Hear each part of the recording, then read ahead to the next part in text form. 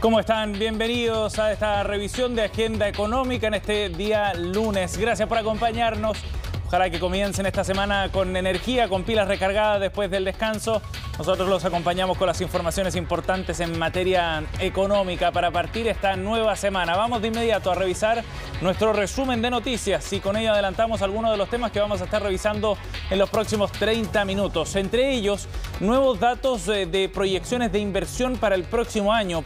Inversión privada fundamentalmente, según antecedentes que publica hoy día el diario El Mercurio en base a la Corporación de Bienes de Capital, que hace un catastro regularmente respecto a las proyecciones de inversión en Chile y caería un 17% para el año 2022, según las proyecciones que trae hoy día el diario El Mercurio. Inversiones que se dan en distintos sectores, las caídas se repiten en distintos sectores y que son un reflejo también de un ambiente quizás asociado al contexto político, al contexto electoral también, que está algo más incierto respecto a lo que vendrá el próximo año. Hay caídas bien fuertes en algunos sectores. ¿Cuáles son los que lideran esas bajas? ¿Qué es lo que ocurre en distintas regiones? Es lo que vamos a estar revisando en unos minutos aquí en Agenda Económica. Por otra parte, otro tema asociado precisamente a la inversión tiene que ver con el mercado laboral. Está directamente ligado, ¿no? Es la inversión lo que genera crecimiento económico y luego también la revitalización de un mercado laboral que todavía sigue deprimido y que no ha recuperado los niveles prepandemia. Pues bien, el indicador que monitorea el Banco Central respecto a ofertas laborales online muestra un estancamiento en las ofertas laborales a través de sitios o plataformas digitales. En el mes pasado subieron solo un 0,9%, a diferencia de lo que había ocurrido en meses anteriores con tasas de crecimiento bastante más altas. Y esto se condice también con lo que muestran los reportes y estadísticas oficiales elaboradas por el INE en esta materia. Ya les contaremos más detalles de cuál puede ser el análisis sobre el estancamiento del mercado laboral en nuestro país. Por otra parte, en el contexto político hay un tema que ha copado la agenda de los últimos meses. Tiene que ver con los retiros previsionales y la discusión sobre todo económica asociada a este debate. Pues bien, la semana pasada, con el rechazo de la idea de legislar en el Senado del proyecto de un cuarto retiro, hubo efectos concretos en el mercado. Por ejemplo, alzas en la bolsa de comercio, en la bolsa local, llevándolo a los niveles más altos desde mayo de este año, y también otros efectos en las tasas más largas que han significado un repunte en particular del fondo E, tan golpeado durante este año, ha caído más de un 20%, se recuperó con fuerza en las últimas semanas y ha ido recuperando cerca de la mitad de lo que ya había perdido el fondo más conservador. Y los analistas son bien claros al respecto. Fundamentalmente tiene que ver con un asunto político, las expectativas que hay respecto al avance del cuarto retiro, que se prevé algo más difícil después de lo que ocurrió en el Senado. Ya les contamos también sobre el análisis. En la entrevista de hoy estaremos revisando detalles de lo que se interpreta sobre este hecho. Y por último, en materia internacional, también revisaremos algunos detalles tras los acuerdos que se alcanzaron en la COP26 que cerró este fin de semana en Glasgow, en Escocia. Evidentemente, ante un tema tan grande y que implica tantos factores, además hay lecturas distintas. En los grupos ambientalistas hay más pesimismo respecto a lo que se alcanzó como acuerdo en esta COP26, pero desde los liderazgos de otros países ven señales positivas. Por ejemplo, el hecho de que en el texto final haya quedado reconocido también la necesidad, la intención de ir avanzando en un proceso de descarbonización y de poner el foco en particular en la generación a carbón y en el uso de combustibles fósiles, es una señal positiva, han dicho algunos líderes, sobre todo los europeos. Ya les contaremos detalles de algunas de las conclusiones finales tras la COP26 que se desarrolló en Glasgow. Por último, revisamos detalles de los mercados, por supuesto, nuestro resumen para ver cómo partieron el día las bolsas en Europa y también algunos indicadores en Asia. El Eurostock subió 0,07% en el día de hoy, la bolsa de Londres con una caída de 0,05%, mientras que el DAX alemán sube 0,17%, en un día donde se ha mirado con atención el discurso de Christine Lagarde ante el Parlamento Europeo, donde ha expuesto algunos puntos bien relevantes en materia inflacionaria, proyección de inflación que ha ido tendiendo al alza para los próximos meses. Será más difícil volver a los niveles asociados a la meta de 2% que se plantea el Banco Central Europeo, es lo que ha dicho Christine Lagarde. El Nikkei, por su parte, cerró con una alza de 0,56%. ¿Qué pasó con el IPSA la semana pasada? Cerró con una caída de 0,74% el viernes, pero como les decíamos, está en sus niveles más altos desde mayo y la tendencia parece ser a la alza. En una semana donde el factor político evidentemente va a ser relevante, hoy día es el último debate de Anatel con los candidatos presidenciales. Será otra señal también que se dará en el contexto de una semana marcada por las elecciones del próximo domingo. Bien, 8,7 minutos. Partimos revisando entonces detalles, como les contábamos, de este catastro de inversiones para el año 2022 que muestra una caída de la inversión privada en torno al 17%, según publica hoy día el diario El Mercurio, en base al informe de la Corporación de Bienes de Capital elaborado al tercer trimestre de este año. La inversión cae para el próximo año, la inversión privada, pero la inversión estatal mostraría un crecimiento de en torno al 13%. Es bien relevante esto porque hay una composición mayoritariamente privada en la inversión en nuestro país. Cerca de 8 de cada 10 pesos de inversión se explican por el sector privado. Por tanto, el alza, digamos, en la inversión estatal no alcanza a compensar de ninguna forma la caída que se está proyectando para la inversión. Recordemos que este catastro que elabora la Corporación de Bienes de Capital lo que hace es recoger precisamente proyecciones de inversión basada en proyectos bien específicos y por cada uno de los sectores. ¿Y qué es lo que plantea Orlando Castillo, el gerente general de la CBC? Es que el efecto del escenario político se podría ver reflejado más bien durante los próximos trimestres, tomando como base los niveles proyectados en este informe.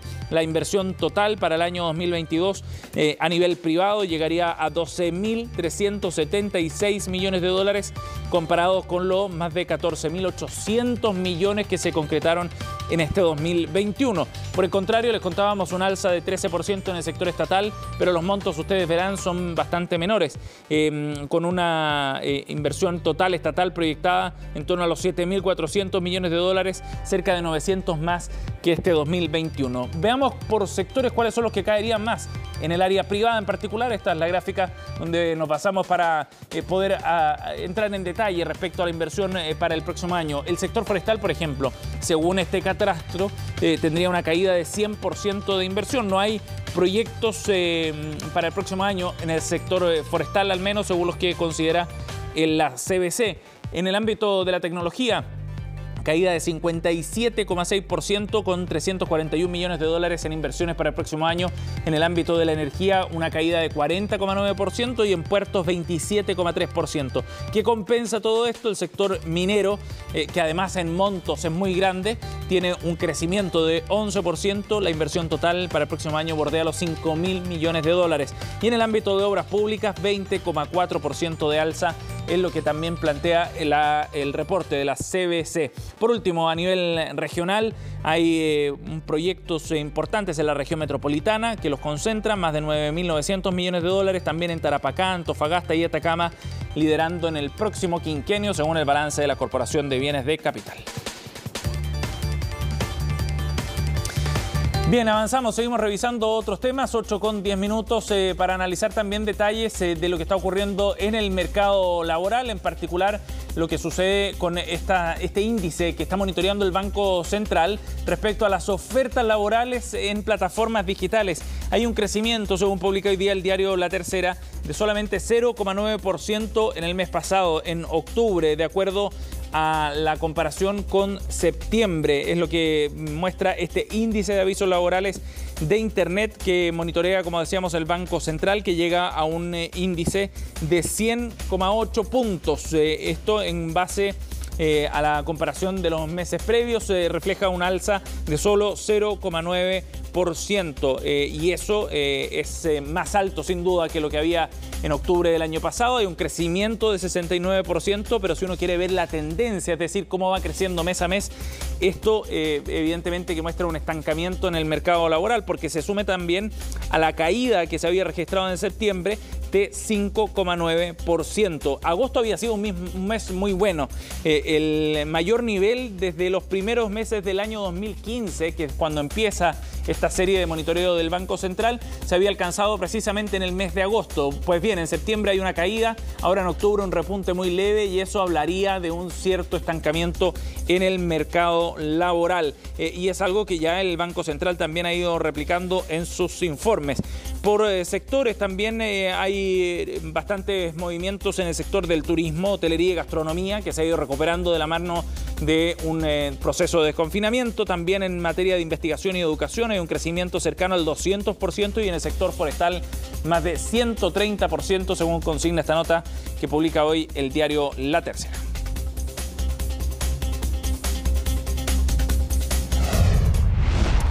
Bien, 8:12. Cambiamos de tema para ir a revisar otros asuntos bien importantes relacionados fundamentalmente a lo que está ocurriendo en materia inflacionaria en nuestro país. Hemos hablado de este tema constantemente. La semana pasada veíamos cómo la inflación ya superaba el 6%, lejos de la meta que tiene el Banco Central acá en nuestro país. Y hay algunos productos en los que se ha notado mucho más esta alza. En el caso del pan, por ejemplo, los precios podrían superar los 2.000 pesos por kilo en algunas zonas del país. En el norte, por ejemplo, en Calama, ya esta semana, según anunció el gremio local, se actualizaban los precios sobre la base de un aumento en los precios del combustible, del gas fundamentalmente y de otros insumos. Un reflejo de cómo el impacto de la inflación es bien concreto y se nota en el bolsillo a nivel cotidiano. Los detalles los revisamos en la siguiente nota. ¿Yo? Sí, quiero 16 marraquetas. Compra indispensable para la familia de Heidi y seguramente de casi todos los chilenos. Alimento que acompaña a desayunos, onces y comidas, aunque últimamente es cada vez más difícil adquirirlo. Eso es, 3.420. ¿Qué le parece el precio? Imagínate, bárbaro. Pero si yo lo divido en días, son como 1.000 y tantos por día, ¿cierto? Es harto. Porque el precio del pan se elevó 1,2% en el último mes, acumulando un incremento de 4,6% en un año. Uno comía un poco más de pan, ahora tiene que comer menos pan, ya, porque ya no alcanza la plata. Pues. 10 marraquetas, 1.730. ¿Y de todas formas sigue comprando la misma cantidad de pan o bajó su consumo? Bajamos, ahora los comíamos 2 marraquetas, ahora los comemos 1. Alza que se explica en parte por el alto precio de los insumos que implica la preparación. El valor del dólar influye fuertemente en el costo de la harina. También han existido variaciones en la manteca y la benzina necesaria para el transporte. Más o menos el 93,6% de las familias destinaban gran parte de su presupuesto al consumo de este bien, como es el pan.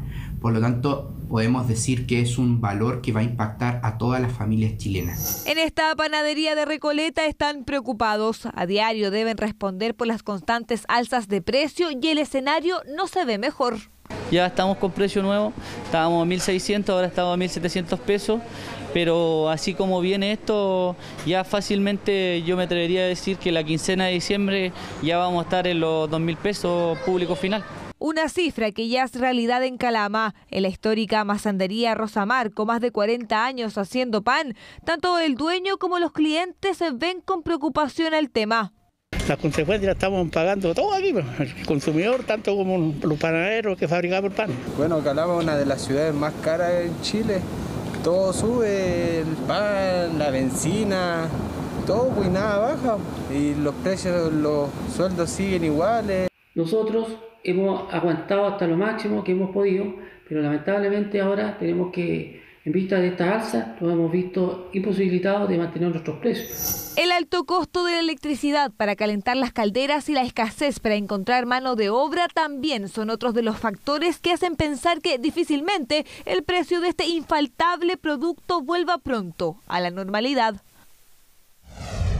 8:16, vamos a otro tema sumamente relevante, por supuesto. Este fin de semana concluyó la COP26 en Glasgow, la conferencia de las partes convocada por Naciones Unidas para la lucha contra el cambio climático. Y se cerró finalmente el acuerdo, el texto donde se establecen los compromisos que recordemos no son vinculantes, que asumen más de 200 países firmantes de esta declaración final. Después de largas negociaciones que se extendieron durante el fin de semana, algunos borradores y cambios de última hora, finalmente se logra un acuerdo que, entre otros aspectos, tiene 5 cambios que podríamos definir como más relevantes. Se insta a los países desarrollados a aportar más financiamiento para los países en desarrollo, para ayudarles a adaptarse al cambio climático. Hay también un llamado para reducir gradualmente el uso del carbón como fuente de energía y los subsidios también a los combustibles fósiles ineficientes. Y en este punto fue uno de los de mayor discusión, probablemente porque los países en vías de desarrollo, India y China particularmente, lo que pidieron es que no se ocupara la palabra eliminar el uso, sino que reducir el uso de estas fuentes de combustión. Y eso evidentemente que fue decepcionante para algunas organizaciones medioambientales, aunque de todas maneras es un hito porque no se había incorporado en ninguna declaración previa este concepto, el de instar a los países a reducir el consumo de carbón como fuente de energía, y eso ya algunos lo consideran un avance. También se aumenta significativamente el apoyo a los países en desarrollo, más allá de 100.000 millones de dólares al año de transferencias de recursos.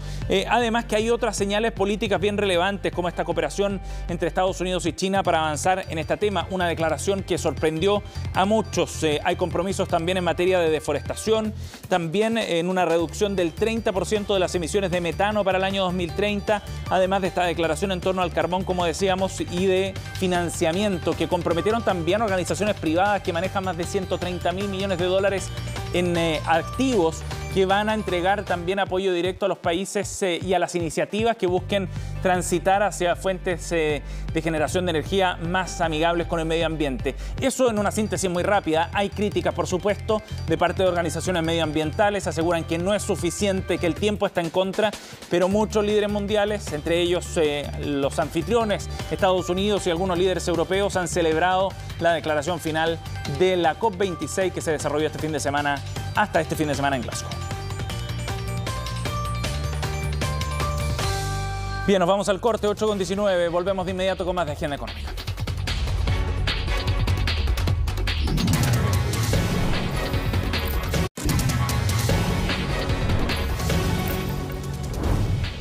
Bien, estamos de vuelta para analizar lo que ha ocurrido en el sistema de pensiones en nuestro país, en particular en el Fondo E, donde ha habido mucha atención en este año después de una caída importante que se ha registrado de la mano fundamentalmente de los retiros de los fondos previsionales y de los efectos macroeconómicos que esto ha tenido. La semana pasada, eso sí, tuvo un fuerte repunte. ¿A qué se puede asociar? Es lo que vamos a conversar a esta hora con María Eugenia Jiménez, gerente general de Brain Invest. Gracias por estar con nosotros, María Eugenia. Buenos días, Sebastián. Gracias por este contacto. María Eugenia, bueno, vimos un repunte fuerte, más de 8% finalmente para el Fondo E acumulado, lo que muchos atribuyen a factores políticos. ¿Qué es lo que está incidiendo en el rendimiento que hemos visto en los últimos días en el fondo más conservador?